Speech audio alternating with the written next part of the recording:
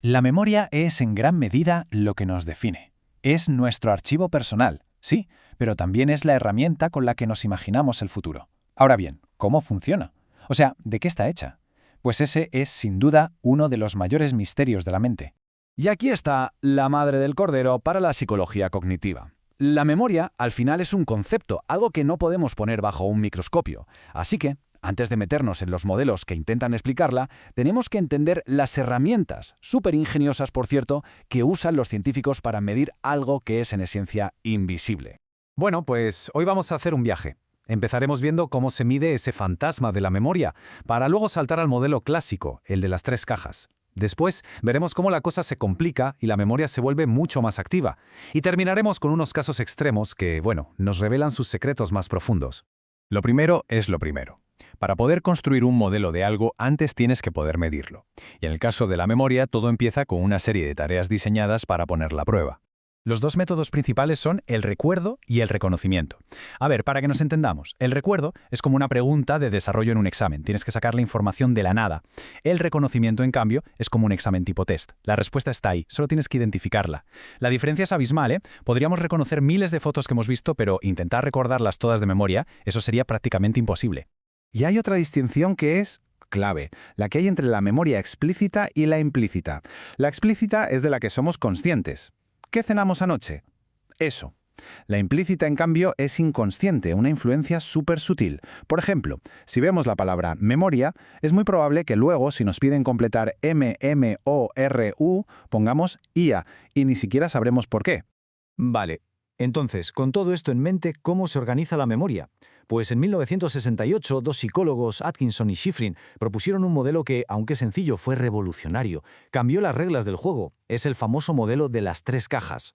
Este diagrama es un clásico. Seguro que lo hemos visto alguna vez. La idea central es que la información va pasando, como en una cadena de montaje, por 3 cajas o etapas. Ojo, es importante entender que esto es una metáfora de un proceso, ¿eh? No es que tengamos 3 cajas literales en el cerebro. Pero como metáfora es increíblemente útil. El viaje de un recuerdo empezaría en el almacén sensorial, donde todo lo que percibimos se guarda durante apenas una fracción de segundo. Si le prestamos atención, esa información pasa al almacén a corto plazo, que es como nuestra memoria de trabajo consciente. Y si la repasamos y procesamos lo suficiente, puede que llegue al destino final, el gigantesco archivo de la memoria a largo plazo. Y la prueba de que este primer almacén sensorial existe viene de un experimento súper ingenioso de George Sperling. Demostró que por un instante tenemos una especie de fotografía casi perfecta del mundo en nuestra mente, lo que se llama memoria icónica. El problema es que se desvanece tan rápido que no nos da tiempo a procesarla del todo. Vale, una vez que la información pasa ese primer filtro, llega a la memoria a corto plazo. Y la gran pregunta es, ¿cuántas cosas podemos tener en la cabeza a la vez? Pues durante décadas la respuesta fue el número mágico de George Miller, 7. Más o menos 2. Da igual que fueran números, palabras o ideas. 7. Pero claro, la ciencia avanza. Y las investigaciones más recientes, sobre todo las que usan objetos visuales, sugieren que nuestra capacidad real es un poquito más modesta. Hoy en día, el consenso se inclina más hacia unos 4 bloques de información visual que podemos manejar al mismo tiempo.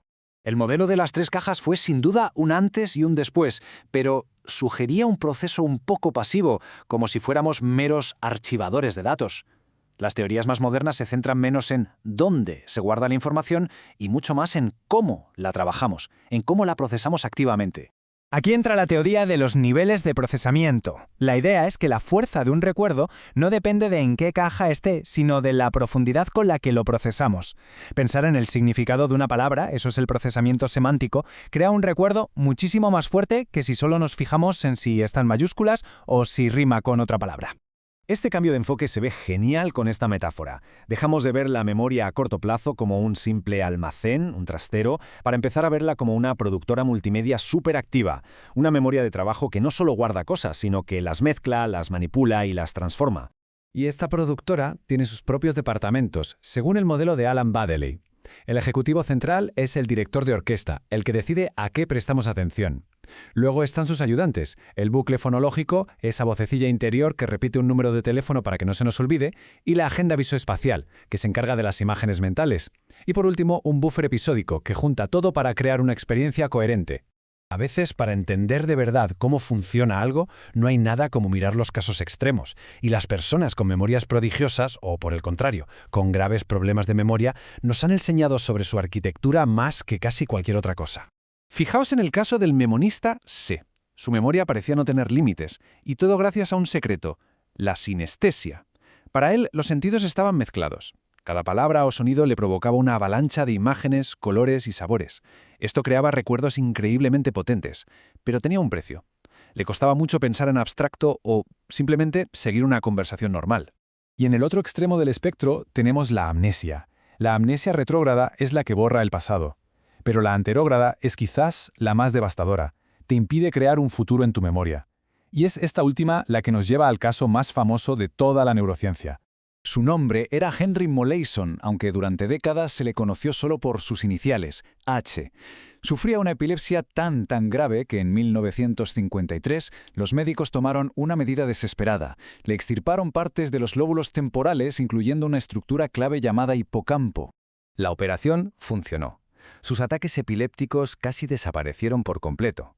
Pero cuando despertó, enseguida se hizo evidente que en esa operación se había perdido algo para siempre.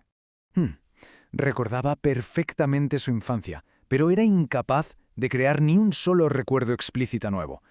No podía aprender el nombre de sus médicos, aunque los viera todos los días durante años. Cada día era un nuevo comienzo para él. Estaba atrapado en el momento en que su capacidad de grabar la vida se detuvo. Pero aquí viene lo alucinante. Los científicos descubrieron que HM sí podía aprender. Podía mejorar en tareas motoras como dibujar una estrella mirando su reflejo en un espejo. Cada día lo hacía un poco mejor, pero no tenían ni idea de haberlo hecho antes. Esta fue la prueba definitiva. Saber qué, la memoria explícita, y saber cómo, la memoria implícita, son sistemas completamente separados en el cerebro. El caso de HM y otros como él nos obligan a hacernos una pregunta fundamental. La memoria no es solo un disco duro de datos, es el tejido del que está hecha nuestra identidad. Cuando ese tejido se deshace, ¿qué queda de la persona? La arquitectura de la memoria, al final, no es solo una cuestión de cajas y procesos, es la arquitectura de nuestro propio ser.